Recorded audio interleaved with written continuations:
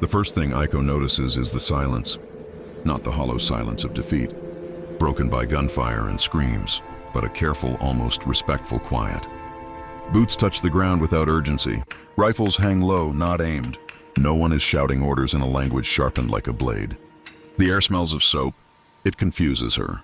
Soap is a luxury of another life, a scent she associates with childhood mornings and her mother's hands, not with surrender.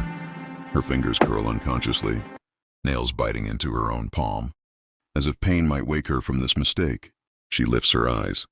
The American soldiers stand there, tall, solid, unbearably real. Their uniforms are clean, their faces young. One of them looks at her and then quickly looks away as if ashamed to stare. This is not the enemy she was taught to fear. Her legs tremble. Keiko beside her sways and whispers, "They haven't killed us." The words feel dangerous to say aloud. Aiko remembers the stories, women screaming, bodies discarded, dignity stripped away like skin. She waits for it, braces herself. Every muscle tightens, prepared for cruelty, but none comes.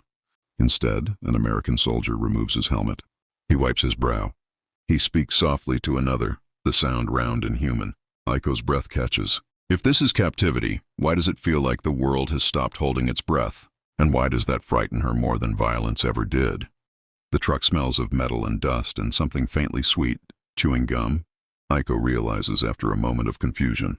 The women sit shoulder to shoulder, knees drawn in, bodies still trained to take up as little space as possible. The engine hums steadily, not the angry roar she expected, but a patient sound, like a heart that refuses to panic. No one has bound their hands. That fact presses against Aiko's thoughts again and again, impossible to ignore.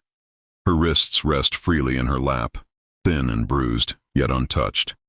She keeps waiting for the correction, for a shout, for the sudden cruelty that will explain everything. The road stretches on. Green fields pass by, unburned, intact. Houses with roofs. Windows that still have glass. It feels obscene. Keiko leans close, her breath warm and shaky. "My brother said Americans eat raw meat," she whispers. "That they laugh when women cry." Aiko nods, though her eyes betray her. She remembers the leaflets, the warnings, the final instructions whispered by officers who were already dead in their eyes. Better to die than be taken. Better to disappear. The truck slows. An American soldier glances back at them, his face unreadable, then offers a canteen to the woman nearest him. Water sloshes inside. Real water. Aiko's throat tightens. Propaganda had taught her to fear monsters. But monsters, she thinks, do not offer water to the defeated, and that thought unsettles her more deeply than any nightmare they promised. The gate opens without ceremony. No drums, no barking dogs, no line of guards screaming for obedience. Just a creak of metal, slow and ordinary, as if this place expects people to enter and leave alive. Aiko steps down from the truck and almost collapses. The ground feels too solid beneath her feet. The world tilting as her body remembers hunger all at once. An American soldier steadies her, not grabbing, not pulling, just a light touch at her elbow.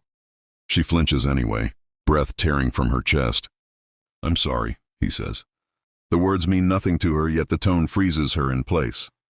Inside the compound, there are buildings with paint still clinging to the walls, windows unbroken. A long table stands under an awning. And on it, Aiko's mind refuses this at first, are bowls of food. Steam rises gently, carrying the smell of rice mixed with meat, thick and rich. Someone sobs. Keiko covers her mouth, eyes wide, shoulders shaking. "It's a trick," she whispers. "It must be." An American woman appears, her hair tucked beneath a cap, her sleeves rolled neatly. She sets down bars of soap, white, heavy, wrapped in paper. One slides across the table and stops in front of Aiko. The soap smells faintly of flowers. Aiko stares at it, heart pounding. This small, impossible object feels heavier than any weapon. If the enemy gives soap, she wonders, what else have we been wrong about? The first meal is eaten in silence, not because they are ordered to be quiet, but because no one trusts their voice. Aiko holds the spoon awkwardly, her fingers trembling as if the metal might vanish if she grips it too tightly. The bowl is warm. The heat seeps into her palms, startling her more than the smell. Rice, real rice, not stretched with weeds or husks. There is meat, soft and dark, releasing fat that coats her tongue. Her body reacts before her mind can object. She swallows, then another bite, then another, too fast. Keiko begins to cry. Tears drip into her bowl, silent and unstoppable. Stop, she whispers to herself as if pleasure itself is dangerous. Around them, other women eat and sob and choke all at once. Shame and hunger tangled together. No one stops them. An American soldier stands nearby, pretending not to watch. Another sets down more bread gently, as if feeding frightened animals that might bolt. Aiko expects punishment for her greed. None comes. Later in the barracks, her stomach aches. Full, painfully full. She lies on the cot, staring at the ceiling, listening to the soft breathing of women who were starving yesterday. In her mind, a forbidden thought forms. If the enemy feeds us like this, what were we starving for back home? The question has no answer. Only wait. The shock does not fade. It deepens. The next morning, an American guard knocks before entering the barracks. The sound alone startles Aiko upright. Knocking is a courtesy reserved for private homes, not prisons. The women freeze, blankets clutched to their chests, waiting for the mistake to reveal itself. It doesn't. An interpreter follows. A Japanese woman, her accent careful, her eyes tired. She explains the rules softly. There is no shouting, no threats, just instructions. Where to wash, when to eat, what time the lights go out. Wash. They are led to a small building with running water. Hot water. Steam curls into the air, fogging the mirrors.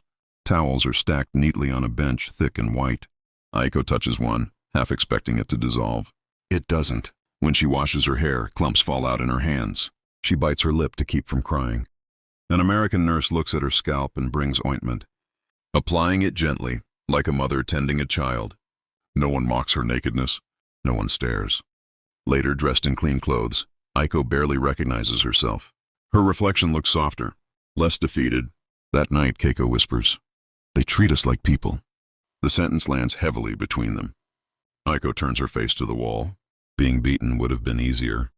This quiet dignity, feels like a test she was never trained to survive. And she wonders, in the dark, who she is allowed to be if she is not broken. The days begin to blur, not from pain, but from the strange absence of it. Aiko walks through the compound one afternoon and hears music. Not martial drums or victory songs, but something light, notes drifting from a small radio perched on a windowsill. The melody feels careless, alive, as if the world has not ended here. She stops walking, afraid that if she moves, the sound will vanish. Beyond the fence, America reveals itself in fragments.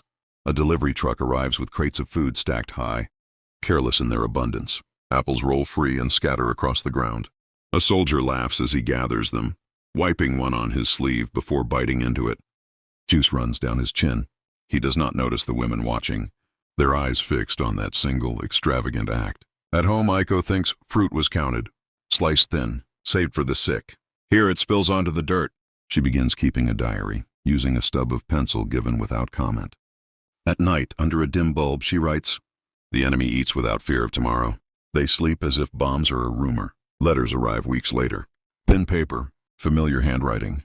Her mother's words speak of empty markets, of neighbors disappearing, of meals stretched beyond reason.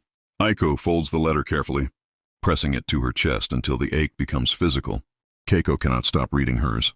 She reads it again and again, as if repetition might change the ending.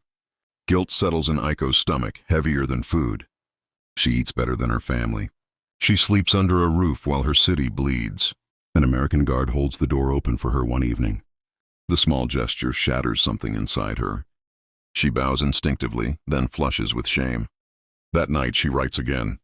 If America is the monster, why does it look so untouched? And if it is untouched, what does that make us? The fence does not answer. It only stands, silent, separating two worlds that no longer make sense.